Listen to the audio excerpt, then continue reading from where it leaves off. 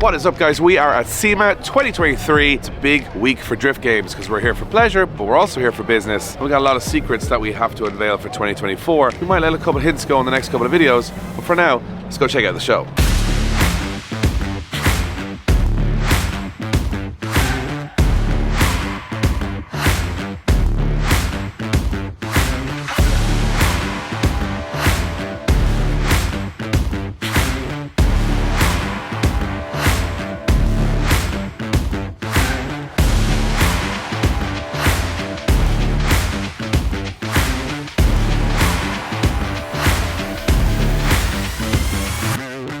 So we are currently still a little bit jet lagged from Australia, trying to power through with tea and coffee.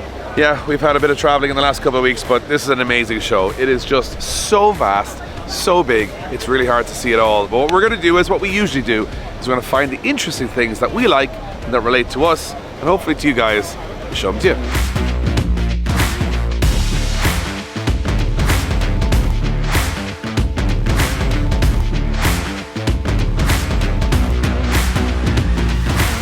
If you like massive trucks, well, you're in the right place. These are always a staple of SEMA, these massive lifted F-150s, Silverados.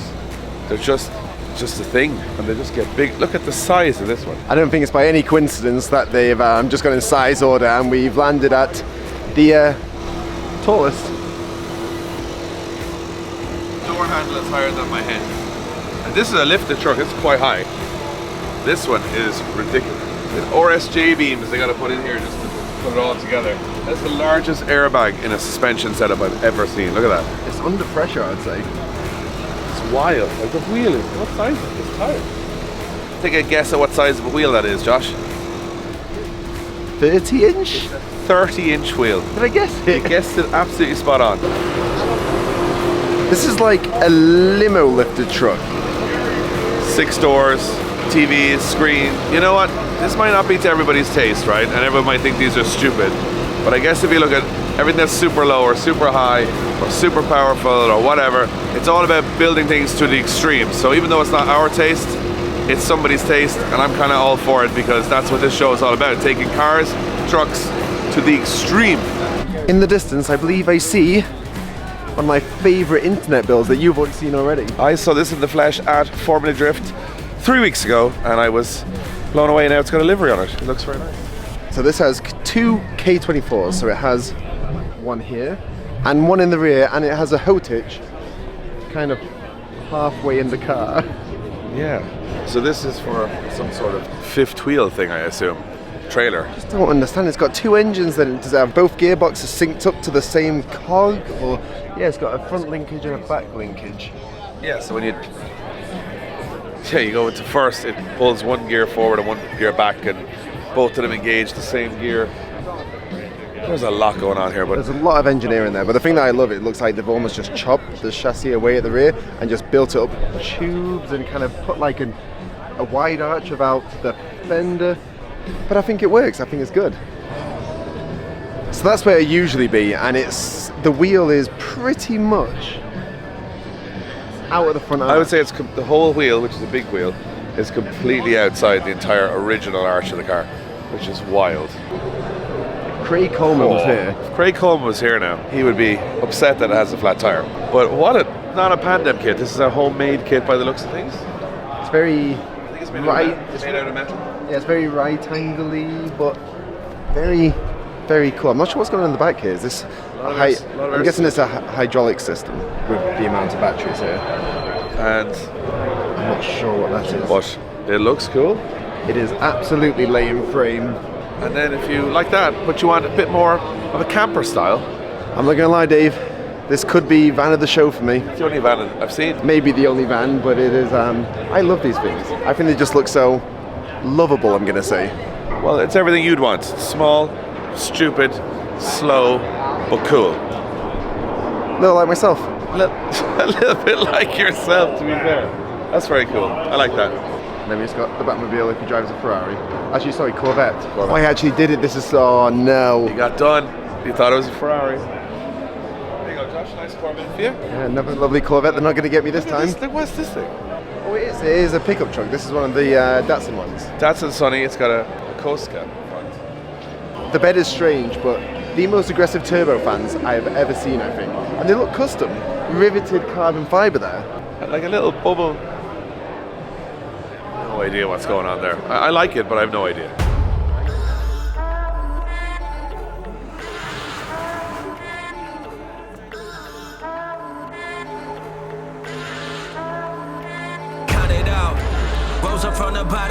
We're at Hoonigan. We got a big setup this year. We're gonna go check it out.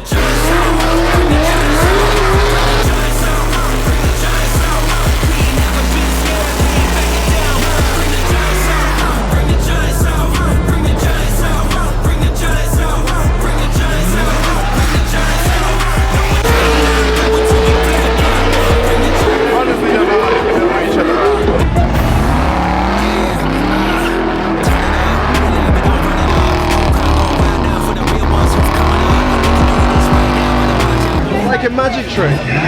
What? I don't. Was there a car out there?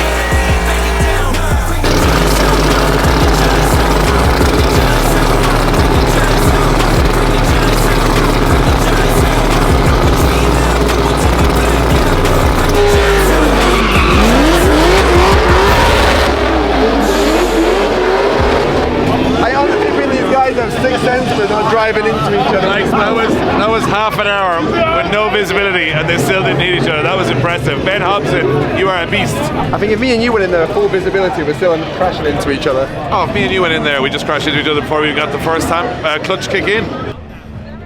It's a very unusual turbo setup, isn't it? 2JZ? Unconventional engine in a Lamborghini. Aero discs, you got fiberglass, I guess. There's a lot going on here. And I like every bit of it. So that was the first show at the Burnyard, which was pretty wild. A lot of tires, smoke, flames, America. And have you seen this? Do you know what that is?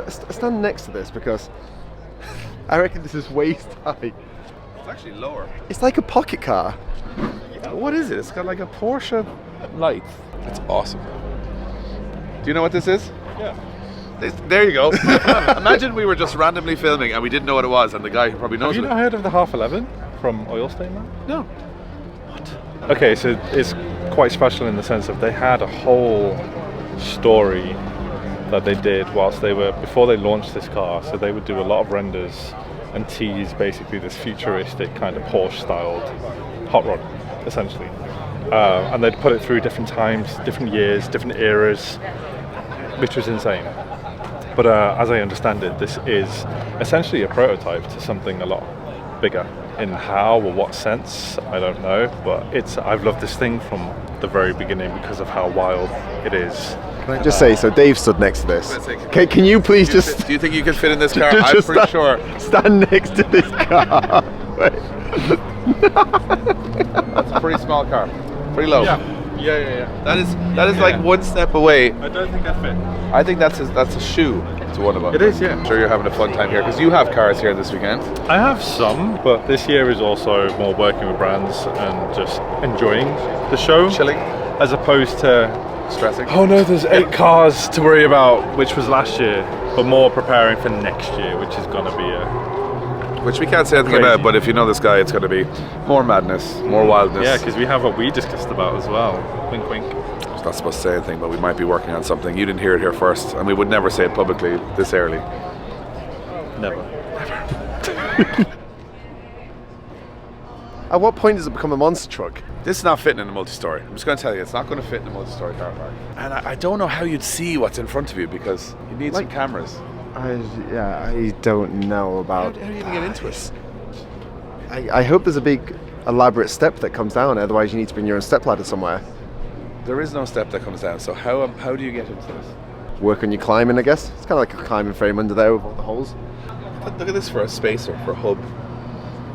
size of a washing machine. I think this is us done with trucks. I think we've completed it now. This is it now. We don't need to talk about trucks ever again. This is it. We finished trucks.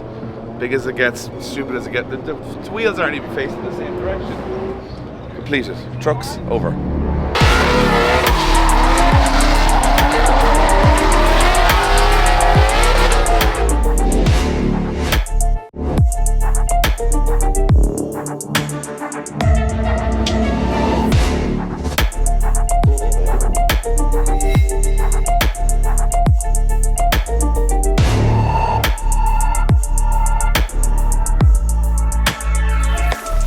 So we've just gone to grab some food. I have a sandwich, crisps, and a drink, and Dave has... Don't know. Some sort of beef burger. So the prices are pretty outrageous here. So 20 euro. For 20 euro for a burger and a Coke or a Pepsi. 26. 26 euro. Jesus. And it's only a chicken sandwich and crisps. Classic flavour crisps for 26 quid. It's going to be an expensive week.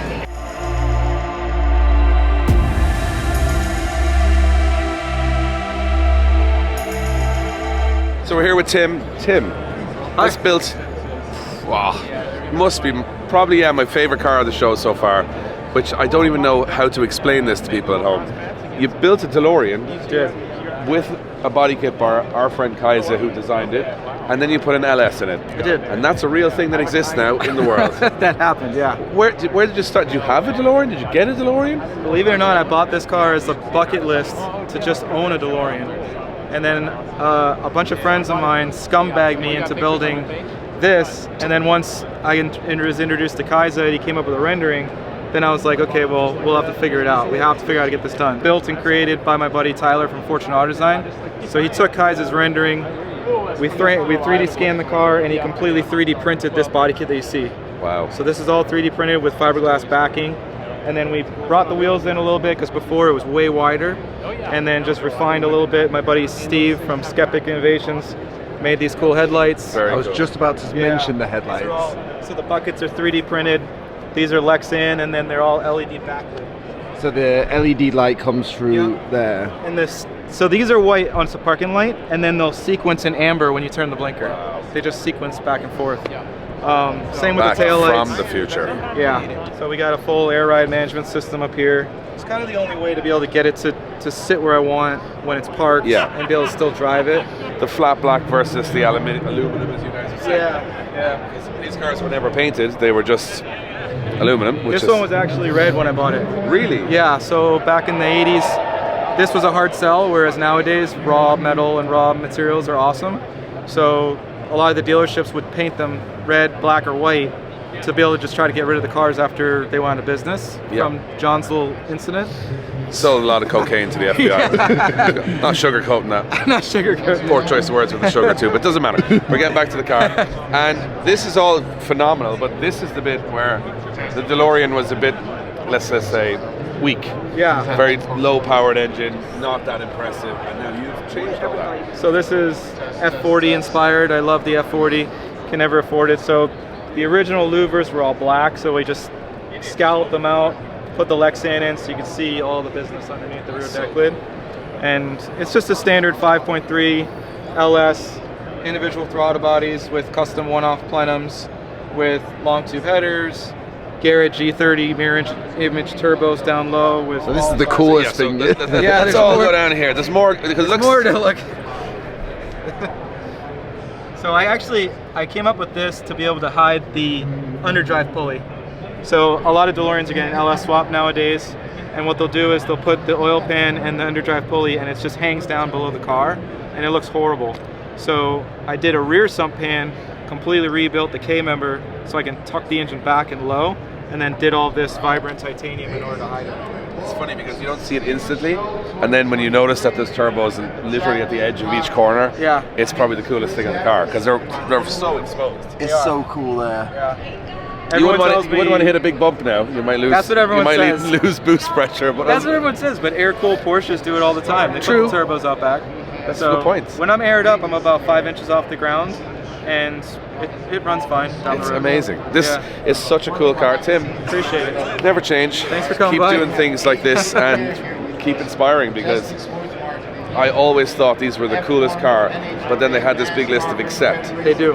and you got rid of all the accept. Well, most of them. Some of them. You got rid of most of it. Everything looks beautiful. It's very modern. We love the things. I'm sure everyone's going to love it at the show too. Yeah. Here you have it. LS powered, twin turbo, stanced, air ride DeLorean. Real life.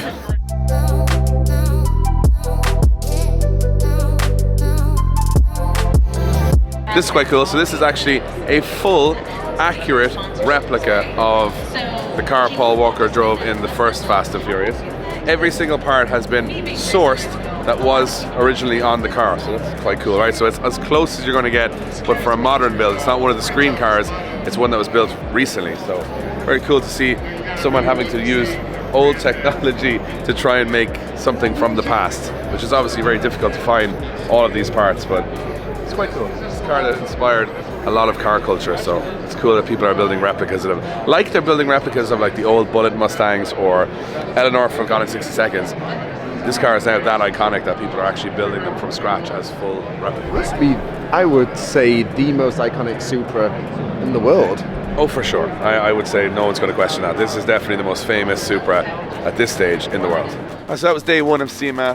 What an awesome time. We got to catch up with old friends, new friends, meet some new potential partners for the brand, talk about ideas for 2024, which is why we're here.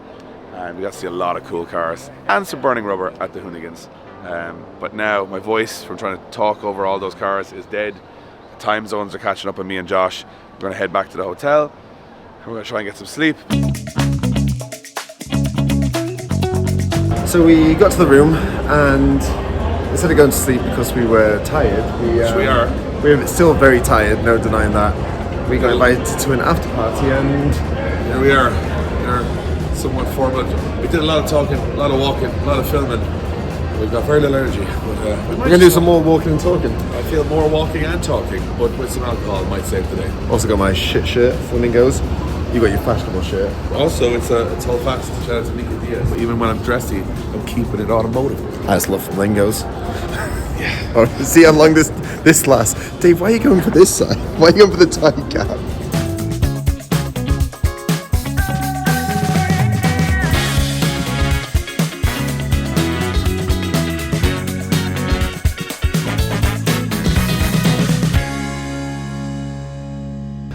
Good morning and welcome to day 2 of the SEMA show. Apologies for my voice, it's a little bit horsey because we may or may not have had a few drinks last night, but I guess that's part of the SEMA show, isn't it? Right, we're rolling on this video for another day because there is one build in particular that I had to go see. I've been a secret fanboy of this build and I wasn't going to leave the show without showing you guys this. So we have found it and we are just about to meet the person that's responsible for the build, so let's go.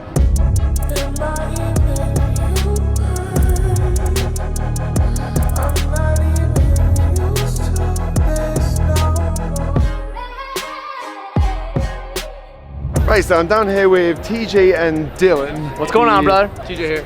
Hey, that's how I'm doing. Hi, I'm a YouTube guy. I'm a YouTuber guy.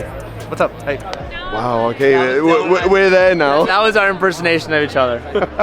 It's been a long week. So this is an M4. I'm not going to try and, I've been a bit of a fanboy over this car, if I'm going to be honest. Like, I've not watched a lot of YouTube builds, but when I saw you unboxing this got me excited. The way that I'm trying to get it across in this video is like body kits come so far, and to put a GT3 kit onto a street car, like that's no easy task. No, it sucked. It was. Yeah, you know, There's no sugarcoat on this video. I'll second that. It sucked. No, I mean, you kind of just said it, right? Like, when we had the idea of it, what made it exciting was questioning if it would work. Because if you don't know, the GT3 chassis of an M4 is not the same thing as the street car. They like look the same, but the wheelbases are different, the suspension is different, the dynamics of it, the functionalities are different. And of the GT3 era, in GT3 Cup racing, not all of the GT3 Cups or not all the GT3 vehicles are that drastically different from the street vehicles. No, these are completely different engineering from front firewall forward, rear firewall back, compared to a lot of GT3 cars that aren't. Which makes the M4 a wildly interesting car to try to pull this off on. We've done it before in the 458, it was cakewalk, it was literally like over fenders. When it comes to this, wildly different. Obviously, I love British Racing Green, but yeah, we've done similar builds. This one's a little bit next level. I was gonna say, because like that, I don't know, there's something about from the unboxing to actually making it happen that was like, I love the way that you showed like it wasn't just putting a kit on the car. Like this was so much different. Like the front bumper didn't line up with the bonnet. And the front bumper's 5 pieces. Well, you also look at it and you pull it out and you're like, okay, that's a bumper, that's a hood, that's a fender, and then you hold it up next to the car and the car's this long, and then the whole kit is this long, and you're just like, where do I cut? Where do I start? What do I trim off of the car? What do I trim off of the kit to make it all work together? And then you do the back half because we knew it was easiest. And you get to the front and you're like, there's where all the length is. It's 4 We inches. started on the rear. We're like, the rear's technically we even modified it. We made the rear an over fender like a drift car. That's not how it's supposed to be on the actual The car itself is a skeleton structure, so everything's supposed to bolt onto offsets and tabs and things like that instead of going on to existing body panels. So we had to shave lips off of everything, trim things to fit everywhere, like 2 puzzle pieces and make them fit together. And that's why the rear I was was gonna easy. say the cost of the kit is more in the car. outrageous. And how was it cutting that kit? So like I've built a tolerance to doing this because we've done this on so many cars, like in high dollar cars. When from the beginnings of the M4, this was the finish line. So I knew when I bought the car, I'd only had spent half of what I was going to on this car. So when we got it, I mean, I think I was the most numb to it than everyone else. I was like, this is cool, but this isn't Really? cool. And Yeah, he definitely, I was the one of the apprehension. He was just like, yeah, so Dylan, we're gonna cut this, like, and then we're gonna cut that. And I that was was a just great like, cut. So I was like, you do it. I'm not dumb. I'll let you do the harder cuts. But like, the kit is cool, but the kit didn't have any value to me the way it was. I had to cut it to add the value. So that's why I didn't have that like fear, because I was like, it's cool, but it's not gonna be cool until it fits on the car, which needed a lot of cutting. Some of the cuts were painful. Like painful. Like, there's no going back from carbon fiber. We did f up once, and he had to bond it back together. Give me your right hand. go reach in there.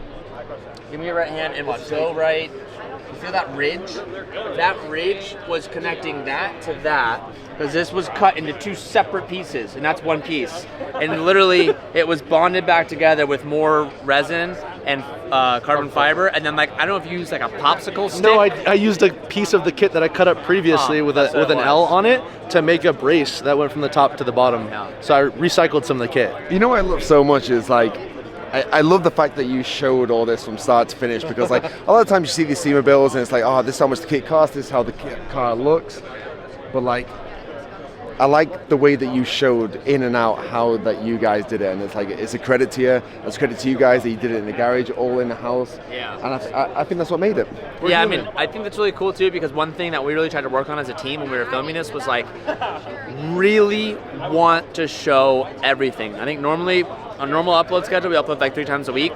We were uploading 1 episode a week. I feel like everyone, from the best builder ever to the worst, if you're new to it, if you've been doing it for 40 years, you all get the same hangups. Even if they're new hangups and someone hasn't experienced them before, we all go through it. So to show that there's a speed bump, or maybe you're not as skilled or as knowledgeable as you think you are, and that you can still overcome it and fix it and come back from it, I feel like that's part of the ride that you guys enjoy. So, Right, credit to you guys Thanks, and bud. everyone else that was involved in it, and that's it, where street cars have gone, putting GT3 kits on street cars, and the pain behind the eyes. I hate to be the one to be like, here's the standard. yeah. Oh, set that bar, baby. Set that bar. So yeah, now we're adding air jacks to street cars now. Functional form. They meet somewhere in the middle. That's where this car sits. So that concludes our SEMA trip, and as you can see, back in Ireland, back in the studios, and back from our around the world trip that we've just been on for the past 3 weeks. Before I end this video, just a few things that I want to update you guys on, and also thank you guys, because Blaine has been working hard packing up all the discount boxes that you guys picked up. So thank you guys very much for whoever picked up one of those. And also just let you know that this isn't going to be the last deal that you guys are going to be able to get before Christmas, because in the next couple of weeks we're going to have more exciting things to come, but we'll be updating you on that very, very soon. Another thing we're going to be doing very, very soon is updating the studio. So in the next couple of weeks, we're going to be changing it up a little, because we've kind of got this room that, well, never really got started, and this area that's looking very, very blank. So within the next month, we are going to be addressing these, and I don't want to give anything away yet, but it's going to look very, very cool and unique. And also, just before we end this video, I have to say you are not going to want to miss the next video, because there is a huge release on what's going to be going on the channel in the next couple of weeks. I'm going to love you and leave you there, and we'll see you guys on the next one.